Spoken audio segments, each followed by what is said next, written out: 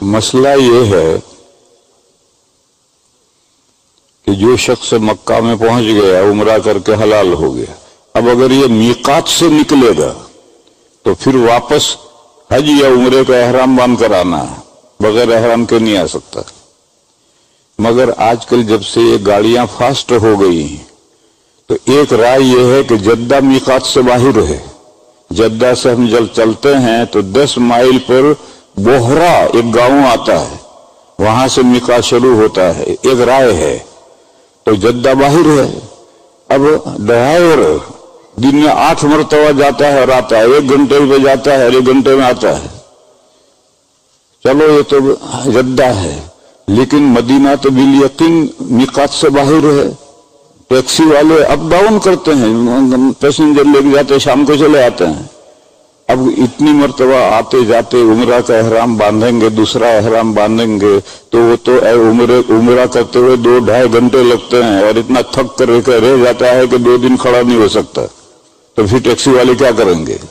تو حضرت امام شافعی علیہ الرحمہ کا اور امام بخاری علیہ الرحمہ کی دونوں کی رائے یہ ہے کہ اگر اس کو میقات سے باہر نکل گیا اور پھر اس کو حج یا عمرہ کرنا ہے تو احرام ضروری ہے، اور اگر حج عمرہ نہیں کرنا تو بغیر احرام کے بھی آ سکتا ہے۔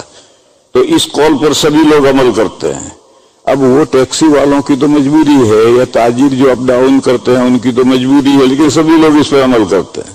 تو طائف جاتے ہیں، طائف سے واپس ویسے ہی بغیر احرام کے آ جاتے ہیں۔ میں بھی ایک مرتبہ طائف گیا تھا تو میں وہاں سے عمرے کا احرام باندھ کر آیا تھا۔ جدہ کبھی میں جاتا نہیں، اگر جدہ جاؤں تو وہاں سے بھی احرام باندھ کر آتا ہوں۔ لیکن یہ 2 اماموں کا قول ہے، امام شافعی علیہ الرحمہ کا قول ہے، امام بخاری علیہ الرحمہ کا قول ہے کہ حج یا عمرہ کرنا ہے تو احرام باندھنا ضروری ہے، ورنہ بغیر احرام کے بھی آ سکتے ہیں۔ تو لوگ اسی پر عمل کرتے ہیں، اور سب عام بات ہو گئی ہے، مجبوری والے ہی نہیں کرتے، بے مجبوری والے بھی اسے یہی کرتے ہیں۔ نبی پاک صلی اللہ علیہ وسلم کے زمانے میں چاروں طرف سے جو روڈ آتے تھے مکہ، وہ 4 روڈ آتے تھے، اس پر حضور نے میقات مقرر کی۔ پھر ایک 5واں روڈ عراق کی طرف سے آنے والے تھے، ان کا روڈ نیا کھلا تو حضرت عمر کے زمانے میں اس کا بھی ایک میقات مقرر کی۔ طائف جس طرف ہے ادھر کوئی میقات نہیں ہے، ادھر سے آنے والے اس وقت نہیں ہوں گے۔ تو اب جو 2 میقاتوں کے بیچ میں سے جو آتا ہے اس کی میقات کیا ہے؟ تو پہلے علماء یہ سمجھتے تھے کہ کسی بھی میقات کے محاذات میں سے گزرے، دائیں کندھے پر میقات آ جائے یا بائیں کندھے پر میقات آ جائے تو وہاں سے احرام باندھو۔ میں پہلی مرتبہ 1981 میں پانی کے جہاز سے حج میں گیا تھا، تو بحر عرب میں سے جب جبوتی میں تنگنائی میں جہاز گزرا تو اس کے تھوڑی دیر کے بعد میں کپتان نے اعلان کیا کہ ہم 1 گھنٹے کے بعد میں ہمارا جہاز یلملم سے گزرے گا، تو لوگ احرام باندھ لیں۔ تو چنانچہ وہ دائیں کندھے پر سے یلملم پہاڑ یہ یمن کا پہاڑ گزرا تو سب نے احرام باندھ لیا۔ ایک خاتون تھی، وہ حیض کے آخری دنوں میں تھی، تو اس نے اپنا کرسوف میرے پاس بھیجا کہ میری پوزیشن یہ ہے، میرا حیض بند ہوا یا نہیں ہوا، میں احرام باندھوں نہ باندھوں۔ تو میں نے اس کو کہا کہ تو احرام مت باندھ، جدہ اتر کے باندھ لیجئے، وہاں تک تو پاک ہو جائے گی، 2 دن لگتے ہیں جدہ پہنچنے میں۔ میں نے کہا وہاں جا کے تو باندھیے، تو میں نے اس کو فتویٰ دیا تھا کہ تو جدے سے احرام باندھیے۔ مگر ہم جب جاتے ہیں تو جہاز لینڈ ہونے سے آدھا گھنٹہ پہلے پائلٹ اعلان کرتا ہے کہ ہم آدھا گھنٹے میں میقات پر سے گزریں گے، احرام باندھو، تو ہم احرام باندھتے ہیں۔ اس کی وجہ یہ ہوتی ہے کہ کبھی کبھی جدے میں لینڈنگ نہیں ملتی تو جہاز کو راؤنڈ لینا پڑتا ہے، تو اس راؤنڈ میں وہ میقات حرم میں داخل ہو جاتا ہے، اس لیے وہاں سے باندھتے ہیں۔ اس میں کبھی کبھی ایسا بھی ہوتا ہے، ایک وقت ہم دہلی سے جا رہے،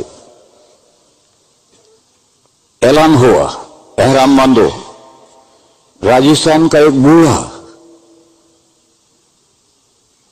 وہ آیا، اس نے کہا میرے پاس احرام کے کپڑے نہیں ہیں۔ اب احرام کے کپڑے زائد کس کے پاس ہے؟ اس کے احرام کے کپڑے سامان میں ہے، وہ سامان نیچے گیا ہے. تو میں نے اس سے کہا تو کرتا نکال دے اور کرتا نکال کر احرام باندھ لے، اور جدہ اتر کر کے جب تجھے سامان مل جائے تو پاجامہ نکال کر کے لنگی پہن لیجیے، اور کوئی دم میں نے واجب نہیں کیا اس پر. کرتا نکال دے، احرام باندھ لے، اور آدھا گھنٹے کے بعد جہاز میں سامان آ جائے گا تو اپنا احرام نکال کر کے لنگی بنا لیجیے. تو ایسا بھی کرنا پڑتا ہے.